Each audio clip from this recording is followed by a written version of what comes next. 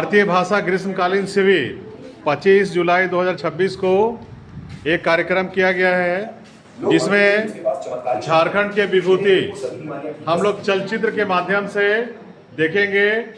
और जो बिरसा मुंडा है उनको धरती आबा कहा जाता है। उन्होंने स्वतंत्रता सेनानी के रूप में बहुत बड़ा काम किया और हम लोग चलचित्र के माध्यम से उनको देखेंगे।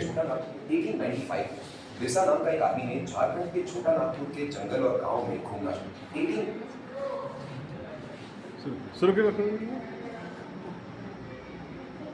95 में बिरसा नाम का एक आदमी ने झारखंड के छोटा नागपुर के जंगल और गांव में घूमना शुरू किया। लोग मानते थे कि उसके पास चमत्कारी शक्तियां हैं। कहते थे कि वो सभी बीमारियां ठीक कर सकता है और अनाज को भी बढ़ा सकता है।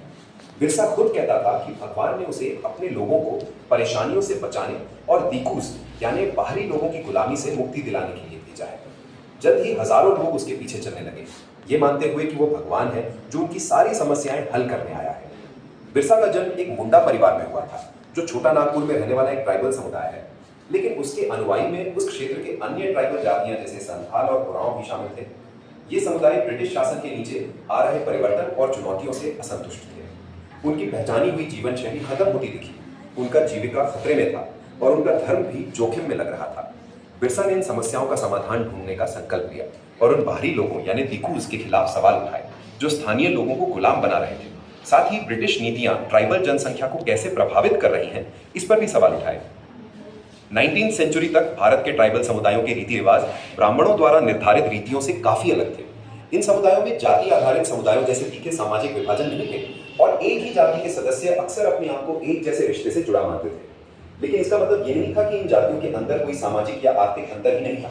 ट्राइबल जीवन शैली स्थान और संसाधनों पर निर्भर करते हुए बहुत अलग अलग होती थी। कुछ ट्राइबल लोग झूम खेती करते थे जो छोटे जंगल इलाकों में शिफ्टिंग कल्टीवेशन होती थी। वो पेड़ों के ऊपर के हिस्से काटकर सूरज की रोशनी को जमीन तक पहुंचने देते, वनस्पति को जलाकर भूमि साफ करते और उसकी राख को खाद की तरफ फैला देते। कुल्हाड़ी और कुदाली जैसे औजार से मिट्टी को ढीली करते, हल चलाए बिना बीज छिड़कते और फसल काटने के बाद कुछ सालों के लिए उस खेत को छोड़कर दूसरे खेत में चले जाते।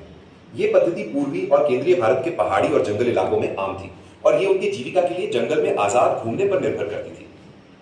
कुछ अन्य ट्राइबल समुदाय शिकार और संग्रह करके जीवन बिताते थे जो अपनी जीविका के लिए जंगल पर बहुत निर्भर थे, जैसे कि ओडिशा के खोंड लोग जो सामूहिक रूप से शिकार करते और मांस को आपस में बांट लेते।